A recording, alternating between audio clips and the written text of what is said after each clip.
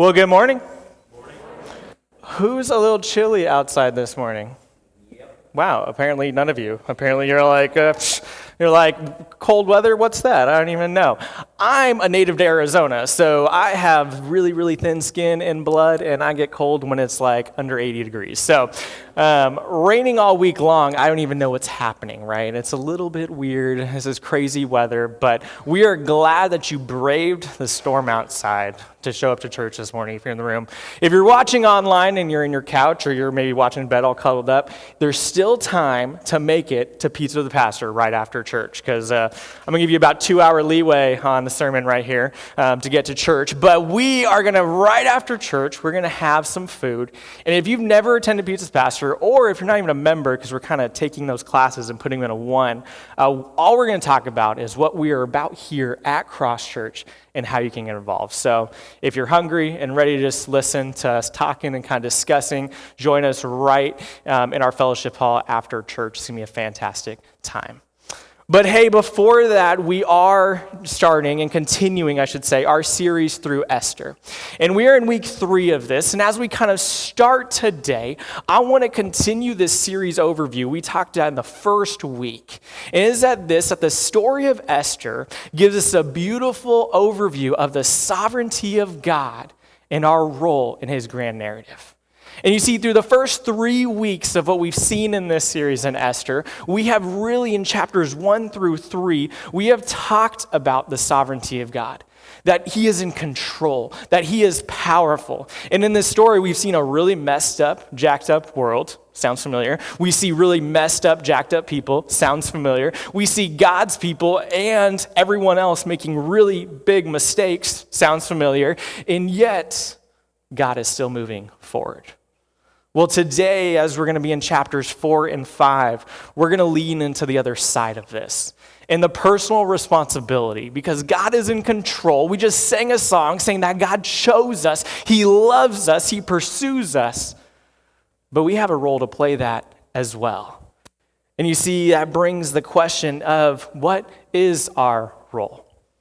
Yesterday, it was a Saturday, and I feel like, especially in Saturdays when it's not 120 degrees outside, this is the time when I need to get projects done around the house, right? This is the time I didn't get to do any outdoor landscaping or anything because it was raining. But this is the time I'm like, okay, it's nice weather. It's like you don't feel terrible and hot all the time. We're like, let's do some projects around the house. So my wife wanted to change out the backsplash, and I did that at our old house, and I'm like, I'm not doing that again. So we found someone. But we're keeping the kids entertained, and we're bundled up in half the house and trying to keep the dog away, letting the guy and his wife do this whole project. And it was kind of fun being huddled up. And then finally my wife, she's feeding the kids, and she's like, I'm hungry, we need some food. And I'm like, okay. I'm like, our kitchen is under construction right now. What do we do? She's like, go get Chick-fil-A. I'm like, that sounds great. It's God's food, right? And so I'm like, all right, let's go get some Chick-fil-A. And then I'm like, well, should we wait longer until the kids are in bed? She's like, go now, because it's going to be a process. It's going to take a while. I'm like, you sure? What? And we're discussing this. She's like, just go. She's like, oh, and ask them if they want anything too. I was like, oh, okay, that's a great idea. So I asked, and I get their order, and I'm putting it all in my mobile app. If you don't order Chick-fil-A for mobile app and you just go through the drive-thru, no, amateur status. Do it on the app, and then you just drive through and skip the whole line. But so I'm doing all this, and then finally, I get out the door. And as I'm pulling out of my driveway, I get a little neighborhood notification. And anyone ever get part of those apps like Ring app or Neighborhood, and people say a lot of stuff, and it's really annoying sometimes. But I got one, and I don't even know why I read it, because usually I ignore it and say, don't see it. But I saw this, and it said, my 75-year-old uncle is lost. He only speaks Spanish, and he doesn't know where he is, and he's wandering around. And I'm like, that's interesting. And I'm like, okay, great. So I'm like, I need to stop looking at my phone and not text and drive. So then I start going down, and I go down 19th Avenue, and I turn, just as I'm about to turn onto Beardsley, the access road, I see a guy, and in the description, they said he's in red and black checkered pajamas. I'm like, I think that's him. And part of me is like, well, it might not be him. I really need to get Chick-fil-A and get my food. I really, I have a time crunch. I'm busy right now. What am I going to do? Put my emergency lights? And, this is in the middle of traffic. What am I going to do? And then finally, I'm like, yeah, I think that's him. So I pull over, and I turn my emergency lights on. And I'm like, hey. And he looks at me, I'm like, hola. And he's like, I was like, okay, this is gonna be a long conversation. So I'm like, get in the car so we can get off. And he's like, huh? And I'm like, people are looking for you. So finally we get off and we go, and I'm using like Translate on my phone, like typing things in, and he like listens and he's like, oh, and then he starts talking. I'm like, it doesn't translate that fast. And then I'm typing on the app and saying, I found him, give me your number. And it's like this long process. Finally, about 30 minutes, through all this, we get him, and his family comes and picks him up. But in that moment, and as I was reflecting on what we're preaching today, I was like, there were so many weird coincidences, so many delays. The fact that I saw that message as I was going out my driveway, and as I'm about to drive, and part of me was like, dude, someone else will do it. Someone else will find him.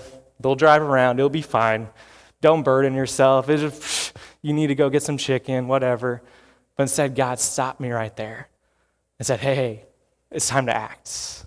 And today, as we dive into the book of Esther, we're going to see that it's really no different in our walk with God. And when it comes to church, it's not always about everything being convenient. It's not always about everything fitting our skill set or our spiritual gift. Sometimes God is just lining up things and saying, take a step. Move forward and do actions. And today we're going to see Mordecai and Esther, kind of the stars of the show in this book. And they are unique, but a lot of their uniqueness is they just acted when God prompted them to. So here's what I want to give us, is here's our role that we're going to see, and we're going to dive into this a little bit more, is our role when we talk about God and our faith is we must move from passive participants to active advocates in God's story.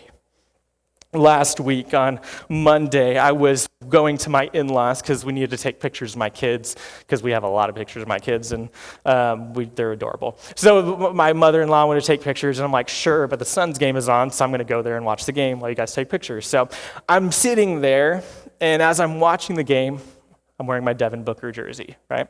And I got my son's hat on, and my wife makes fun of me all the time because I watch a lot of football games and basketball games wearing my jersey and my, sports swag. And she's like, that doesn't do anything. I'm like, shh. And actually, they're losing at the end of the game. My father-in-law, he's like, hey, you need to turn your hat inside out, like a rally cap. And I'm like, that doesn't work because that's only for baseball, right? Okay, no, you didn't get that joke. It doesn't work in general because it doesn't matter. But as I'm sitting there and I'm, annoyed or frustrating and yelling at my TV, it occurred to me there's nothing I can do as I'm watching my sports team, sadly to admit this, to make them win the game, right? As you go and you watch the football games today, there is nothing the team you are rooting for to help them win the game. And sadly, when it comes to our spiritual life, we need to realize there's a difference, and it shouldn't look the same. Me as a Suns fan, pretending I'm Devin Booker sitting on my couch shouldn't be the same as my relationship with Jesus. You see, one of those I wear the gear, one of those I pretend, but then I sit on my couch and I yell and I clap. And the other one I put on the gear and I get to work. And today, as we flip to Esther chapter 4, you can turn your Bibles there. We're going to see what does it look like to actually put the gear on and get engaged and be active in God's story for real instead of just passively watching it. So let me ask this question. I think we need to start here is how do we find that role? How do we find the role of being engaged in God's story? Well, we're going to start today in Esther chapter 4, and a little bit of catch up to get to this point of what we've talked about the last couple of weeks. Is we started in chapter 1, and it sets the stage in about 450 BC, and it's this city or this nation of Persia. And the king at this time is Azarias, or known as Xerxes in history. He's the bad guy in 300. And he throws a giant party. So much alcohol, he gets drunk, everyone's crazy. And then he asks his wife, Queen Vashti, to come. She doesn't show up, so he banishes her from the kingdom. So then he's like, I need a new wife. So he holds a beauty contest. Esther, a Jew, someone of God, she wins that beauty contest. And she becomes the new queen. And day after day, Mordecai, who is the adopted guardian of Esther, is sitting at the king's gates. He's actually sitting there, he's listening, he's hearing things. At one point, he actually figures out that someone's trying to assassinate the king. He tells someone, and the king's life is saved. But while all this is happening, the bad guy of the story, Haman, rises to power. And in chapter 3, Mordecai makes him mad because he doesn't bow down. So he passes this law that on the 12th month, the 13th day of Adar, as it says in Scripture, that this future date out there is every single Jew in the kingdom of Persia will be killed. And chapter 3 ends with saying that the king and Haman sat down to drink while the city of Susa was in confusion. Which leads us into chapter 4, and as we talk about how do we find our role, how do we find out how to get involved in God's story? Well, for Esther and Mordecai, it started with the fact that they needed to understand the situation in their world. And today, we need to understand the situation in our world. Esther chapter 4, starting in verse 1, let's read. It says, "When Mordecai learned all that had occurred, he tore his clothes. He put on sackcloth and ashes. He went into the middle of the city. He cried loudly and bitterly. He went only far as the king's gate, since the law prohibited anyone wearing sackcloth from entering the king's gate. There was great mourning among the Jewish people. In every province where the king's command and edict came, they fasted, they wept, they lamented, and many lay in sackcloth and ashes." Verse 4, "Esther's female servants and her eunuchs came and reported the news to her, and the queen was overcome with fear. She sent clothes for Mordecai to wear so that he would take off his sackcloth, but he did not accept them. Esther summoned Hattach, one of the king's eunuchs who attended her, and dispatched him to Mordecai to learn what he was doing and why. So Hattach went out to Mordecai in the city square in front of the king's gates." Now let's stop right there because you see there's two kind of sides of understanding their environment here. First, we have Mordecai and all the Jews who are living kind of outside the palace at this time. And as soon as this edict, this command came that they would all be killed on a certain day, they started becoming full of fear. They were freaking out. They understood what was happening. So what did they do? They turned to God. They started this sackcloth and ashes was this sign of mourning, of repentance, of prayer, and of seeking the direction of God. And they were scared and they were looking to him. But then this desperation was on this side, but then on Esther it was a little different. You see, Esther was kind of living in the palace, and she didn't hear about this command probably right away. And instead, she heard about what Mordecai was doing, and she was almost embarrassed about what her adopted guardian was doing. She's like, "What is he doing? He has sackcloth and ashes. Like, go put some other clothes on him. Go cover him up." And she's sending people to go talk to him and saying like, "Hey, you need to cut this out. You need to stop this." And you see Esther at this time almost like buried her head in the sand a little bit. And even when she did find out what was going on, she made excuses on why she couldn't act. She's like, "I can't go talk to the king. If anyone just approaches the king without the king summoning them, they could be killed." You know, as I was reading this, I think about kind of our environment today. And sometimes as Christians, we fall into the same trap Esther did. Because we want to like bury our head in the sand a little bit, right? Because you read the news, you read social media, you read everything else, and it's like, there's a lot going on. And newsflash, if you didn't know this, and if you read the Bible, our world has some values that are a little bit different than God's values. When you talk about marriage and gender identity, the sanctity of human life, on loving and caring for our neighbors, are the values of the Bible and our God are just a little bit different than the values of our world. And sometimes we're like, I just want to bury my head in the sand. I just want to find a hole to hide in. So I don't have to deal with the conflict. So I don't have to deal with this angst in our society. And Esther here was like, I'd rather just like pretend it's not happening. I'd rather like just be out of it a little bit. And here, Mordecai challenges her. He's like, hey, you can't do this. Instead, he continues to kind of challenge her to act. And you see, first, I think we need to understand the times we're in, but then we need to unite with others in our community. As this goes on, Mordecai and Esther's eunuch, or the king's eunuch that it talks about here, Hattach, they kind of go back and forth passing messages. And it's interesting to note here that it's not just God's people that are working, but Esther is actually partnering with a Persian here who could out her, because nobody knows she's a Jew at this time, but of talking to her of how do they kind of get through this situation. But then it kind of comes to a boil here in verse 13, where it says, Mordecai told the messenger to reply to Esther, "Don't think that you will escape the fate of all the Jews because you're in the king's palace. If you keep silent at this time, relief and deliverance will come to the Jewish people from another place, but you and your father's family will be destroyed. Who knows? Perhaps you have come to your royal position for such a time as this." You see, Mordecai is pushing Esther that she needs to take a step. Mordecai is pushing Esther to get off the sidelines and to get engaged with what God is doing. God has set up a lot of coincidences, a lot of craziness here to all lead to this point. Esther's like, this is your moment. You need to start moving. And funny enough, he even says here, even if you don't do it, someone else will. A few weeks ago, we had it was a little while ago, we had someone show up during practice on Sunday morning, and Josh is always looking for new musicians and singers, so if you love music, come see us, and we'll talk to you and see if we can get you on stage. But he asked me, and I'm like, go see Josh. Like, he's the one that has the musical ear. I think everything sounds great. But Josh talked to him, and he's like, hey, yeah, we do a tryout process. This is what it looks like. Come on Wednesday, and we'll show you some of the songs. We will play through it and see how it goes. And then they were gone, and then showed up after service. Is like, all right, I'd like to try out. Josh is like, oh, well, can we meet Wednesday? And he's like, no. He's like, that's what we talked about before. He's like, no, you don't. He's like, I don't need you. You need me. And we laughed about that after, because we're like, hey, Cross Church doesn't need me. Cross Church doesn't even need Josh. They need Josh more than me. But they don't even need us as leaders, and God doesn't need any of us. Read the Bible. God talked through a donkey, okay? They translate it differently there. And he's been doing it ever since, a lot of times. Get it? But we have this sometimes ideas like, if I don't do it, no one will. Or God is using me in this unique way. No, God will have his mission go forward. We need God. He doesn't need us.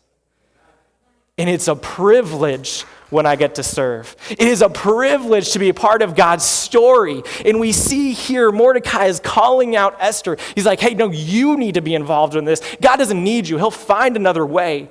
But you're missing out if you don't take this opportunity.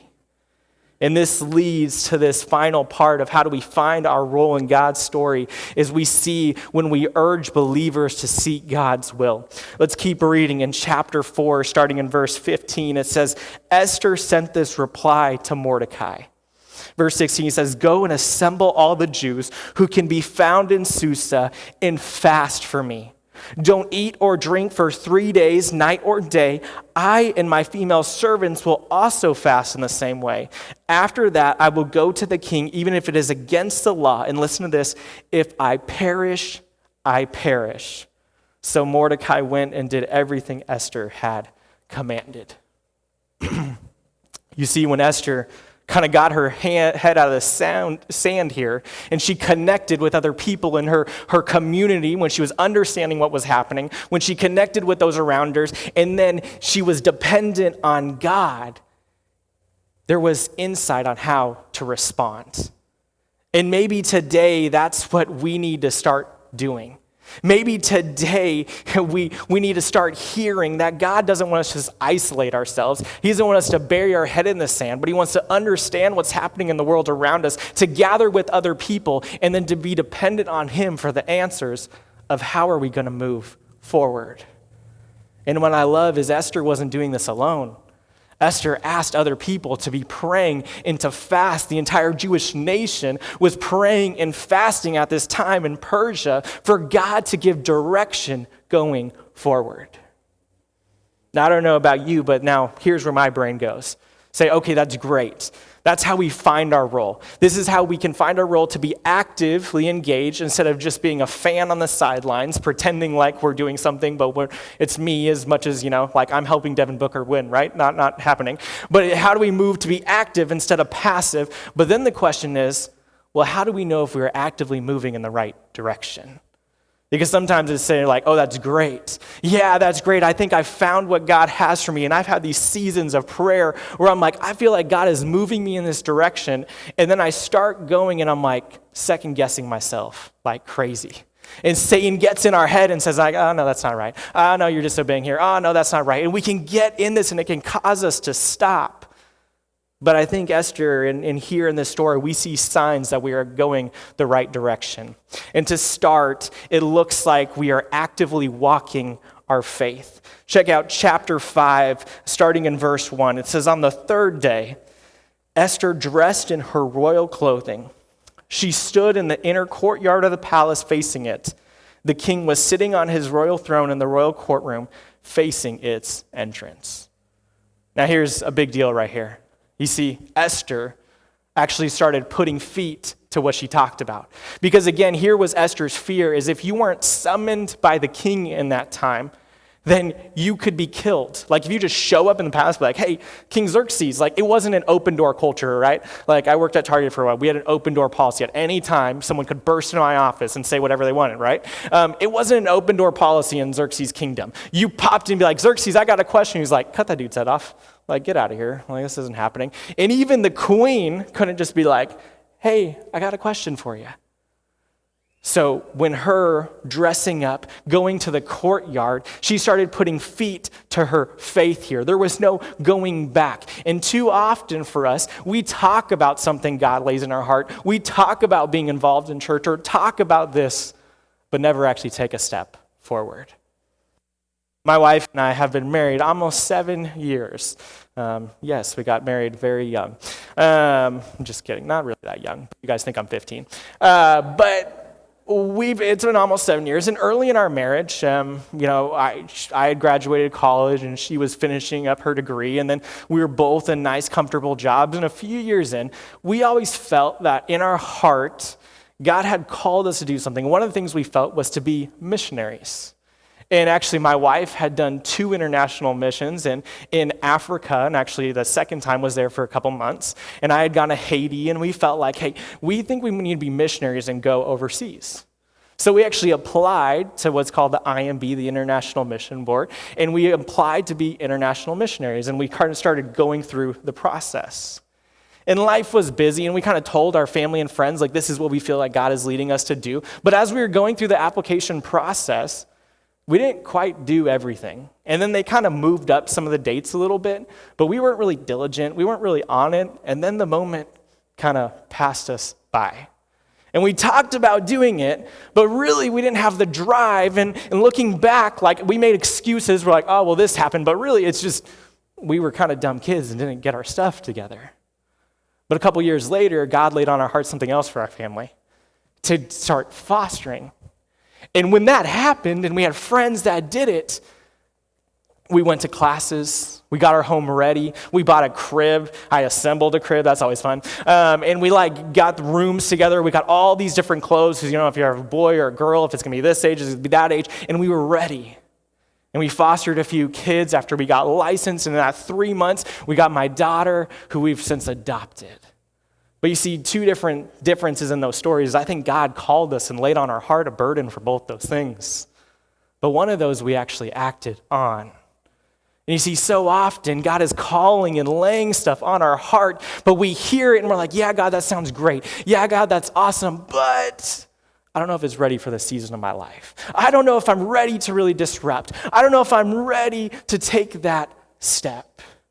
And Esther here finally got to the point where she's like, yeah, I can talk about it, but I'm actually going to walk into it. And there's no turning back at this point. But then not only did she do and she did start to walk her faith, but then we see she actively acknowledging God's favor as well.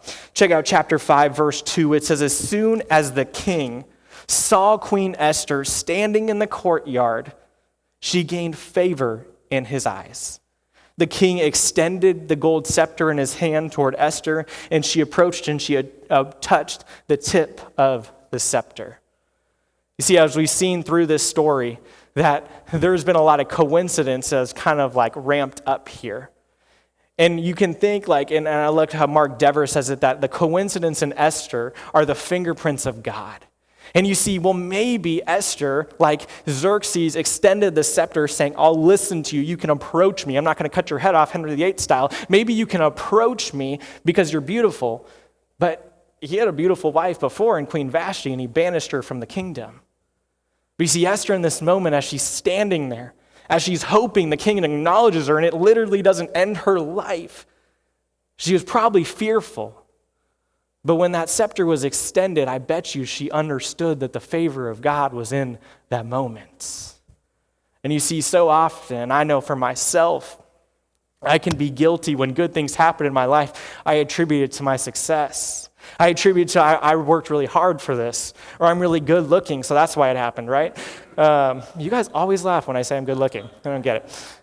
But you're like, oh, or maybe it's just luck. These happen because of this reason. But when instead we need to sometimes realize that it is God working in our lives. And this wasn't just dumb luck that Esther got this extended to her, because most people probably would have been killed. And we're going to see it gets even better. But it was God's favor and his active working in this situation. Which lastly, how do we know we're headed the right direction? How do we know we're actively moving in God's role? Is we see that we should also be actively choosing God's narrative over ours. Keep reading in verse 3 of chapter 5. The king asked her, he says, "What is it, Queen Esther? Whatever you want," listen to this, "even a half the kingdom will be given to you." "If it pleases the king," Esther replied, "may the king and Haman come today to the banquet I have prepared for them." The king said, "Hurry, get Haman so we can do as Esther has requested." So the king and Haman went to the banquet Esther had prepared. Verse 6, while drinking the wine, the king asked Esther, "Whatever you ask will be given to you. Whatever you want, even to half the kingdom, will be done." He gives this request again. Esther answered, "This is my petition. This is my request. If I have found favor in the eyes of the king, and if it pleases the king to grant my petition and perform my request, may the king and Haman come to the banquet. I will prepare for them again." And it says, "Tomorrow I will do what the king has asked." So you see, Esther actually, she gets this question, and she says, "Hey, whatever you want." He writes her a blank check. He says, "Up to half my kingdom, it's yours." She says, "Hey, can you come to a banquet I have for you?" And we already know Xerxes likes his parties, right? He likes to drink. He showed that in chapter 1. And he's like, "Sure, I'll go to the banquet." And then at that banquet, he asked her again. She's like, "I want you to come to another one." And she's setting up this stage, and we're not actually going to see what's going to happen today. That's going to happen further on in this story. But she's kind of setting up. But here's what I think is important here, is Esther probably was tempted to go away from what God had planned for her, because she got a blank check offered to her. She won the lottery here. He not only did not kill her, he said, "I'll give you whatever you want, up to half my kingdom. I'll let you literally rule half my kingdom," right? And they stay married. He didn't get divorced. It's not even like that, there. He's like, you can rule half the kingdom. She could be the most powerful woman in the world at that time. But she didn't deviate from what God had for her. And you see, how do we know that we are actively an advocate in God's story? It's when we are actually thinking about him and not ourselves. And I love the progression we see of Esther here, that she's actually doing something and not just talking about doing something for God. Then she moves to she's giving credit to God for what it is. And then she moves to she's actually choosing God's path over her own selfish desires. And I want today, as we kind of look at this and we think about this, is I want you to do something uncomfortable right now and challenge you at the end of today even more to do this, is start to grade yourself. Is how am I doing in this? Do I constantly seek God? Do I constantly walk to do his will? Am I constantly giving God credit instead of giving myself credit? Am I constantly thinking of what would God do in this situation? And how does this benefit other people? How does this benefit the kingdom rather than just benefiting my own life? Because I think if we're honest sometimes, We're not headed that direction. And if we're honest, it's the same thoughts that happen in my mind as I'm pulling on to 19th Avenue in Beardsley, where I'm like, someone else will find that guy. Let me just go get my chicken, right? And I've done that in the past in similar situations where I feel like God has called me to do something, and I've just kept on going.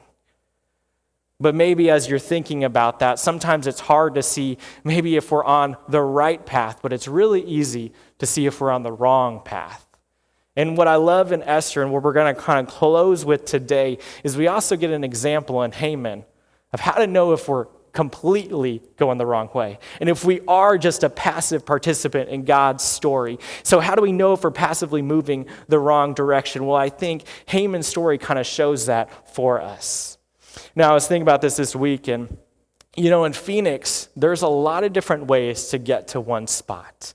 I Google map everything, even though I've lived here my whole life. One of the reasons is I'm not great with directions. But I Google and see what is the fastest way I can get to where I need to go, right? Because you can take the 101, you can take the 17, you can take surface streets, you can take Grand, whatever it is. You take some back road that goes around a mountain. And it's there's a million different ways sometimes. You can take scenic routes to get to your destination.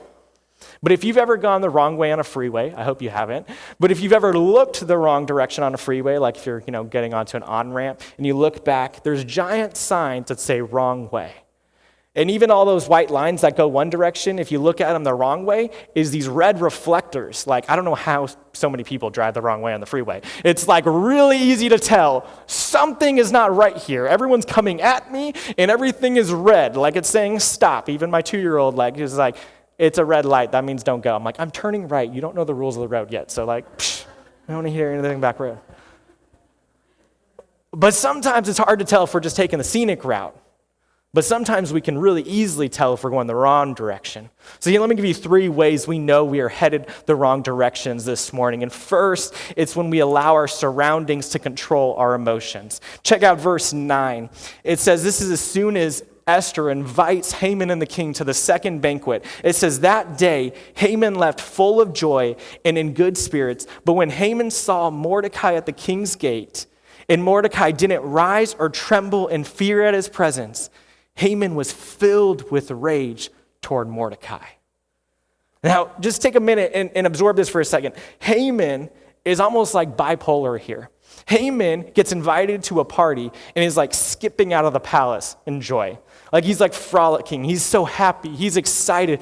And then he sees one guy, the one guy in the kingdom that makes him angry, who he's going to kill an entire people group because of. He sees that one guy, and instantly his joy turns to anger.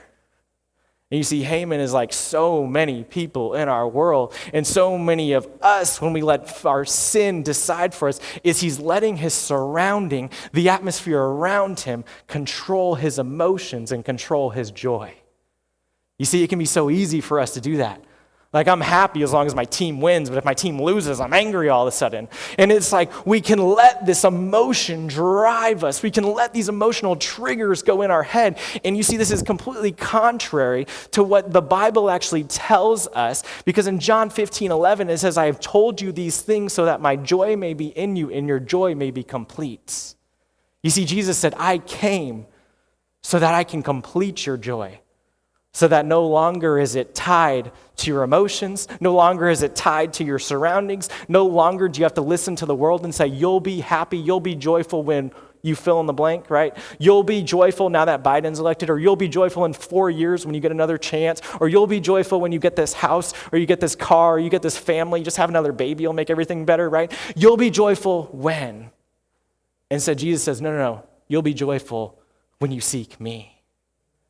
And Haman here shows us what it looks like when we allow our surroundings, when we allow our circumstances to dictate our joy, to dictate how we feel. And next it goes to when we see our next trigger is when we allow our success to control our identity. Check out Esther chapter 5, verse 10. And it says this, It says, yet Haman controlled himself. Oh, look at there. And then he went home. But he sent for his friends, and I love this, and his wife Zeresh to join him. Then Haman described for them his glorious wealth and his many sons. He told them how all the king had honored him and promoted him in rank over the other officials in the royal staff. What's more, Haman added, Queen Esther invited no one but me to join the king at the banquet she had prepared. I am invited again tomorrow to join her with the king.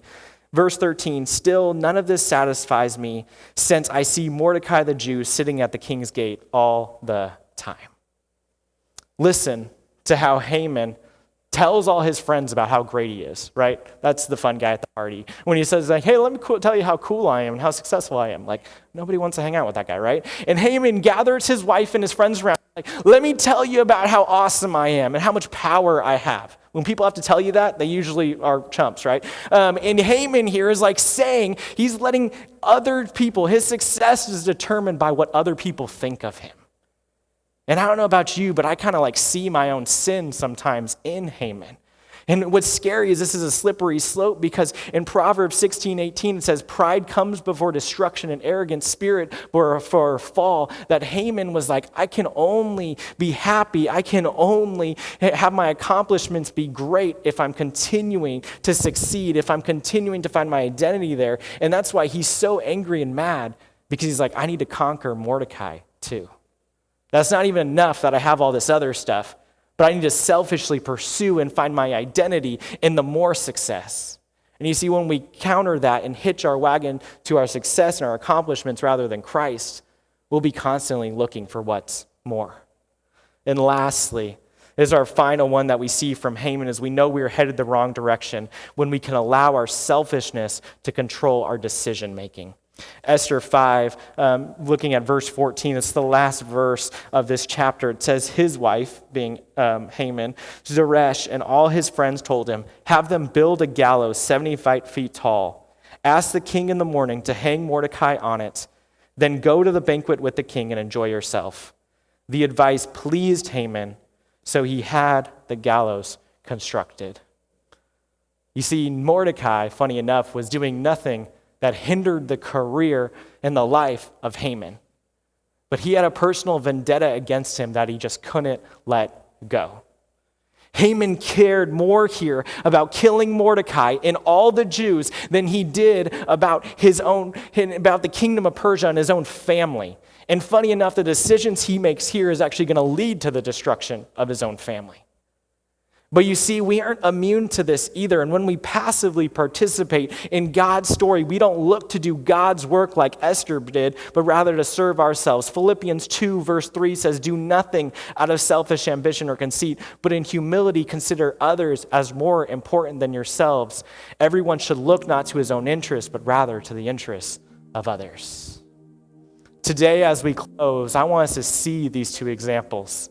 And this week, I encourage you to read through this again and see the example we have in Esther and the example we have in Haman. And do the hard work today of asking yourself, what am I doing? Am I actively participating and advocating and moving forward in God's story? Is he using me? Am I doing something for the kingdom of God? Or am I just sitting on the couch, clapping, pretending like I'm involved, when really, we're doing nothing to push the kingdom forward? You see, this story reveals the holes. It reveals the sin in our life. And my prayer today is that we just don't check our box and move on, but we ask ourselves, God, what is my role truly in your story? Let's pray.